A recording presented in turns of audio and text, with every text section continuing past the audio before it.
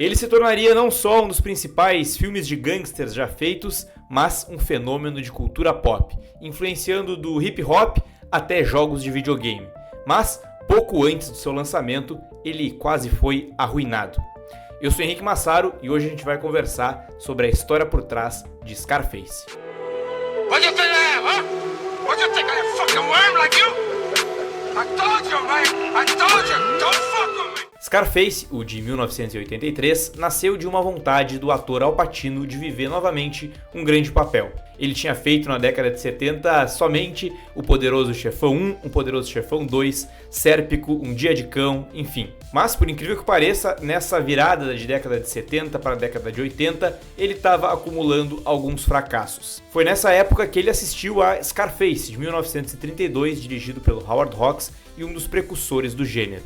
Com a ideia de fazer um remake desse clássico inesquecível dos filmes de gangster, o Al Pacino, junto com seu empresário, o também produtor Martin Bregman, foi até os executivos da Universal. O filme, como vocês devem saber, é dirigido pelo grande Brian De Palma, um dos maiores diretores da sua geração, mas no primeiro momento ele teve um outro realizador associado ao projeto. O também incrível Sidney Lumet, que já tinha trabalhado com o Al Pacino em filmaços como Sérpico e Um Dia de Cão, foi o primeiro diretor a começar a desenvolver esse novo Scarface. E foi ele quem deu a primeira grande ideia do filme. Ele sugeriu fazer desse não um simples remake, mas uma adaptação mais livre, uma história de um cara que chega a Miami durante o êxodo de Mariel, que foi esse período de emigração em massa de Cuba para os Estados Unidos entre abril e outubro de 1980. Apesar de ter criado essa premissa, que é o grande diferencial dessa nova versão de Scarface, o Lumet acabou saindo do projeto por causa de desentendimentos com o produtor, o Martin Bregman. Ele queria ir ainda mais fundo na questão política, fazendo do filme uma crítica direta ao presidente americano Ronald Reagan, atribuindo a ele a culpa pela entrada de cocaína nos Estados Unidos.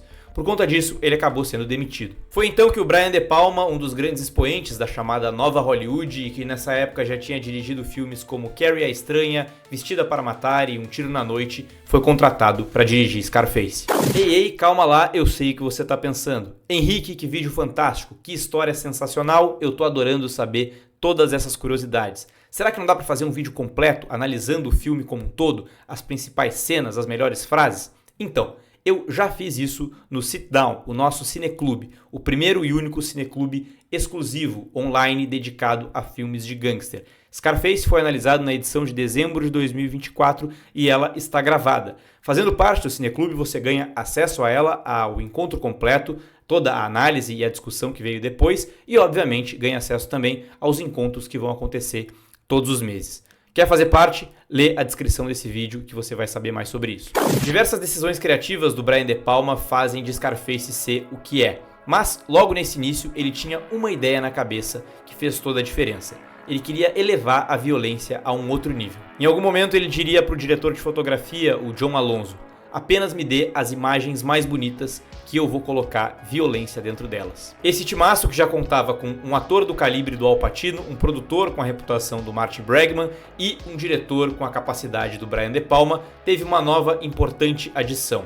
Oliver Stone, talvez o roteirista de maior destaque em Hollywood nesse momento, também foi contratado. O Oliver Stone, que logo depois começou a se destacar também como diretor, tinha nessa época vencido um Oscar em 1978 por O Expresso da Meia-Noite. Ele não estava interessado em fazer remakes, mas foi seduzido a entrar no projeto justamente pela ideia dada lá atrás pelo Sidney Lumet. Só que esse time não parou de crescer e ganhar qualidade. Logo depois foi contratado para o projeto o compositor Giorgio Moroder, que também tinha vencido um Oscar em 78 por O Expresso da Meia-Noite. Ele já entrou na produção de Scarface querendo fazer músicas num estilo new wave e eletrônica que, como vocês devem saber, fazem toda a diferença na atmosfera criada ao longo de todo o filme.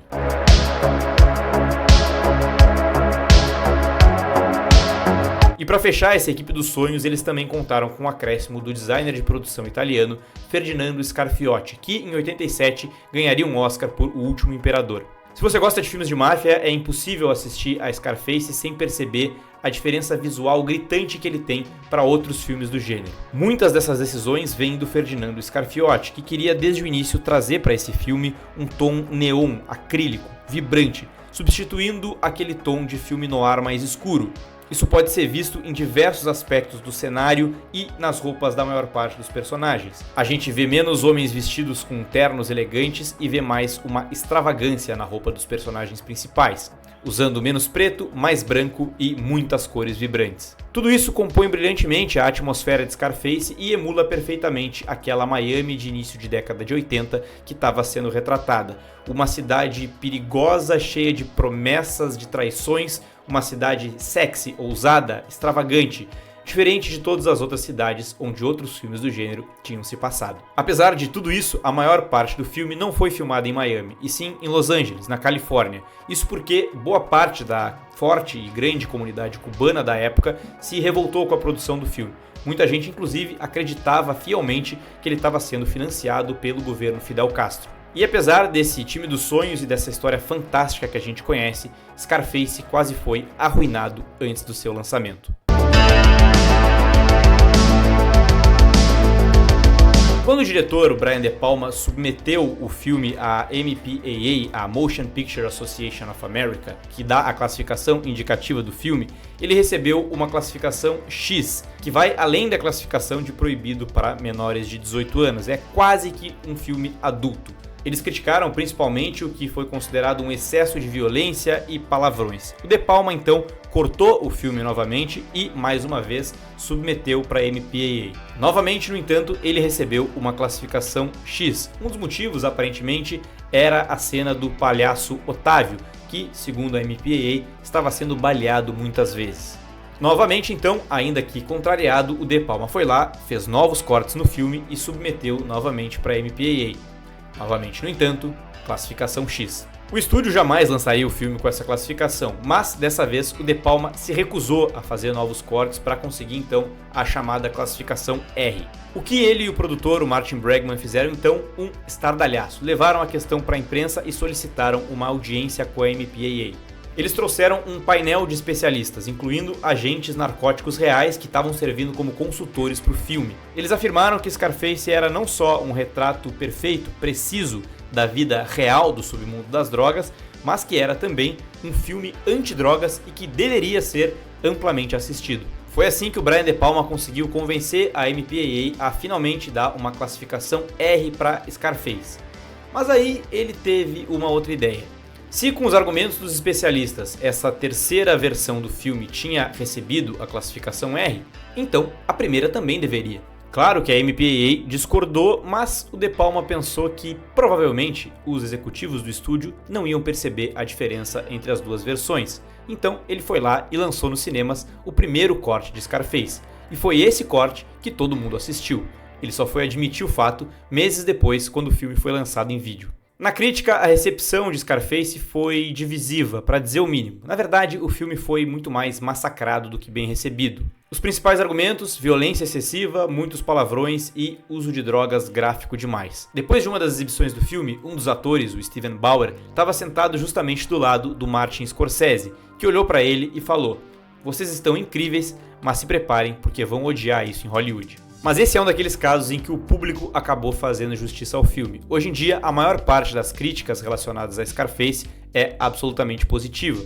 A obra se tornou um sucesso de público e um fenômeno de cultura pop. Até hoje, diversas frases icônicas de Tony Montana são repetidas por aí em diversos filmes e séries. Um dos maiores movimentos dentro do hip hop, o chamado gangsta rap, por exemplo, do final dos anos 80, talvez não tivesse existido se não fosse a inspiração de Scarface. O filme também foi referenciado por outras obras de diversos segmentos. Ele é, obviamente, uma inspiração do jogo GTA Vice City. Ao longo de Scarface, a palavra fuck foi repetida 226 vezes. 182 delas somente pelo Tony Montana, esse anti-herói trágico que marcou toda uma geração. Era isso que eu tinha para dizer hoje, eu espero que vocês tenham gostado dessa história por trás de Scarface. Comenta aqui embaixo se quer ver histórias relacionadas a outros filmes e não se esqueçam de conhecer o Cineclube Sit Down.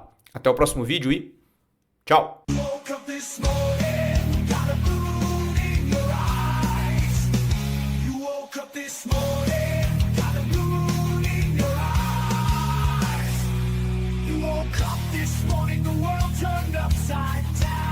Things ain't been the same since the blues walked into town, but you're one in a million.